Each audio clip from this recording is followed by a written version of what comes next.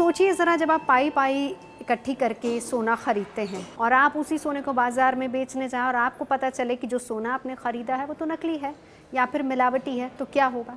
बहुत बड़ा धक्का लगता है।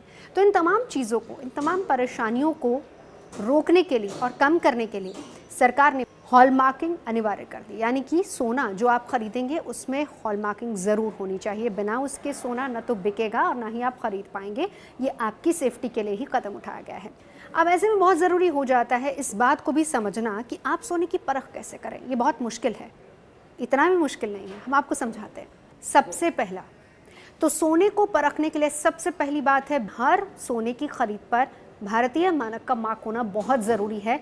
जब भी आप सोना खरीदने जाएं इस बात को ज़रूर देख लें। दूसरा, कैरेट की प्योरिटी। अब उसको किस तरीके से परखेंगे? तो देखिए, जब भी आप सोना खरीदने जाएंगे, अगर वहाँ पर 916 लिखा है, इसका मतलब ये 22 कैरेट सोना है और 91.6% ये प्योर शुद्ध सोना है।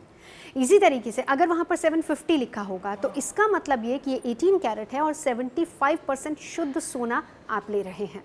585 लिखा है, मतलब 14 कैरेट सोना और 58.5% शुद्ध सोना आप खरीद रहे हैं। तीसरी सबसे बड़ी बात है कि जब भी आप सोना खरीद रहे हैं, हर कैटेगरी में विजिबल आइडेंटिफिकेशन मार्क होगा।